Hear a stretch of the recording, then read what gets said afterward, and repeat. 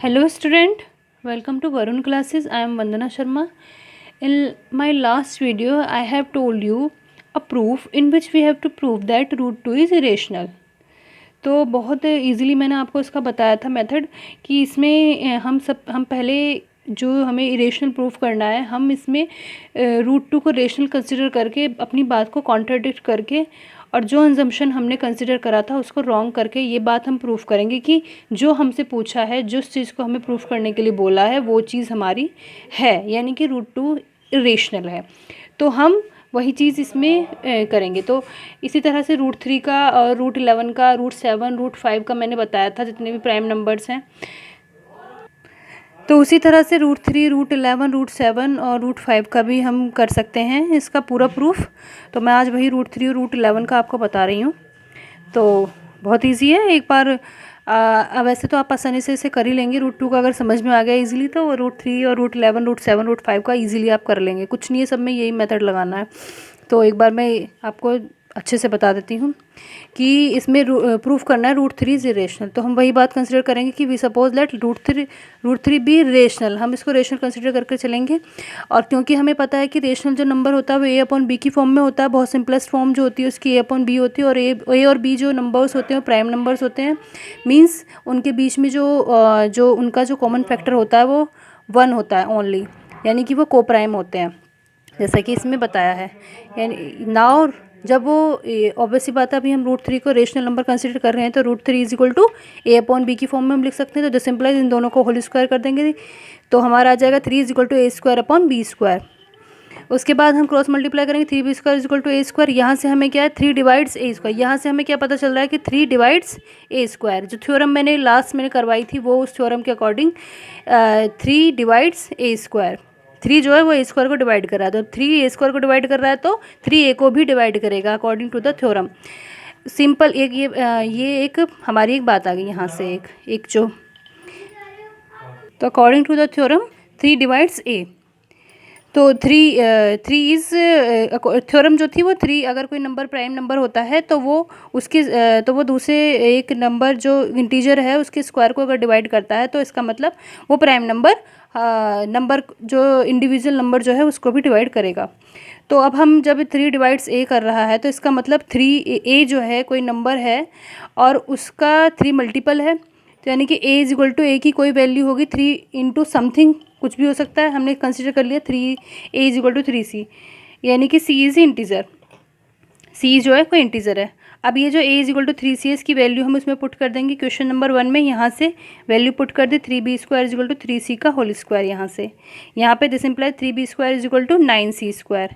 This implies b square is equal to 3c, 3 3 जो 9, यहाँ से कैंसिल होकर b square is equal to 3c square. This implies 3c square is equal to b square.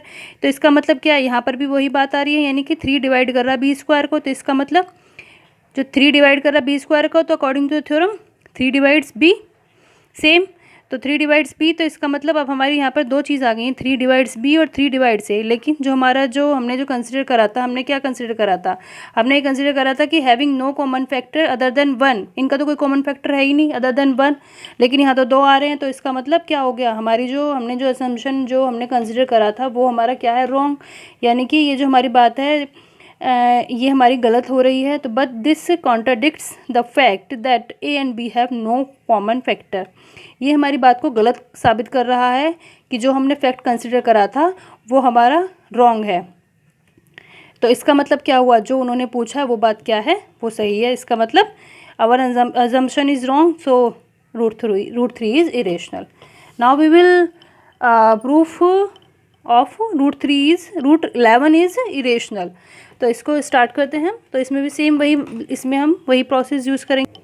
तो वही process इसमें हमने use किया है। तो वी सपोज इसमें वही करेंगे, let root 11 b rational and let its simplest form be a upon b and we know that a और बी जो हैविंग, इनके बीच में कोई भी कॉमन फैक्टर नहीं है other than 1 and b is not equal to 0। A यानी कि ए और बी जो है वो को प्राइम है। तो हम क्या करेंगे कि रेशनल नंबर की फॉर्म में, तो इसका मतलब root 11 is equal to a upon b. ठीक है, तो यहाँ पर हम दोनों को स्क्वायर कर लेंगे। तो यहाँ से 11 is equal to a square upon b square. This implies 11 b square is equal to a square. तो यहाँ से क्या आता है कि हमारा सेम वही वाली बात, यानी कि 11 divides A square by theorem. Same वही वाली बात लिखेंगे इसमें हम। This implies 11 divides a. तो ये हमारा एक इसको हम 2 कंसिडर कर लेंगे। और यहाँ से हमारा जो ये हमारी 1 इक्वेशन थी, ठीक है। तो अब सेम, अब जब 11 डिवाइड कर रहा है ए को, तो इसका मतलब ए जो है ए की जो वैल्यू होगी वो 11 मल्टीपल का, 11 का कोई मल्टीपल हो सकता है 11 इंटू समथिंग। तो 11 is a is equal to 11 c हमने कंसिडर कर लिया, यानी कि सी जो है कोई इंटीजर है, इज़ एन इंटीजर, ठीक है। तो यहाँ से अब हम इसकी वैल्यू कहाँ पर पुट कर देंगे, पुटिंग इन 1। इक्वेशन नंबर 1 में हमने पुट कर दी ये वाली वैल्यू। तो 11 b square is equal to 11 c square, यानी कि 1 b square is equal to 121 c square. यहाँ से b square is equal to 11 c square, यानी कि यहाँ पर भी 11 सी स्क्वायर यानी कि b square is equal to b square. तो यहाँ से भी क्या हो गया, 11 डिवाइड्स बी स्क्वायर, तो इसका मतलब 11 divides b according to theorem.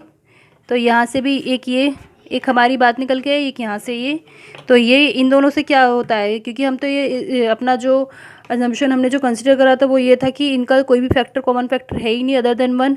यहाँ पर 2 निकल कर आ रहे हैं, ए अपॉन बी। तो सिंपल वही बात इसमें हमने वही लिख देना है कि it has 11 has common factor a and b, but this contradicts the fact that a and b have no common factor other than 1। Our assumption is wrong, so that root 11 is irrational.